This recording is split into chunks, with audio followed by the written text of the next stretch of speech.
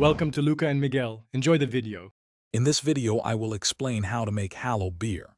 To be considered Halal, any beverage must strictly contain zero alcohol and be free from any forbidden ingredients.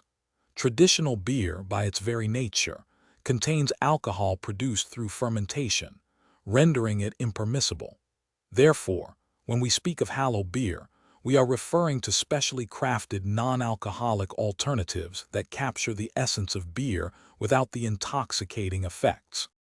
Crafting Halal beer involves careful selection of ingredients like water, malted barley, hops, and yeast.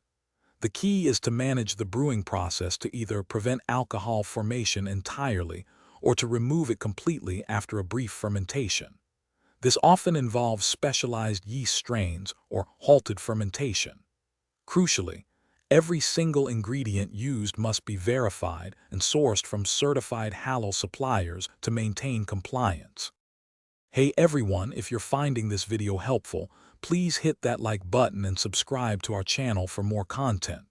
Quick recommendation: life's too short for a stinky car, so grab a little Tree's Black Ice Air Freshener.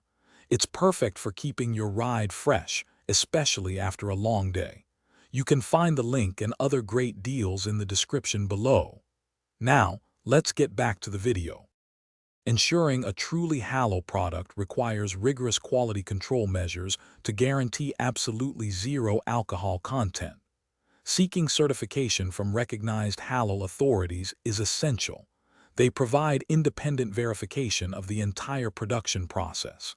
It is vital to distinguish these products from de-alcoholized beers, which might still contain trace amounts of alcohol, typically up to 0.5%, making them unsuitable for strict Halal consumption. Thanks for watching and please subscribe. It's the best investment you'll ever make.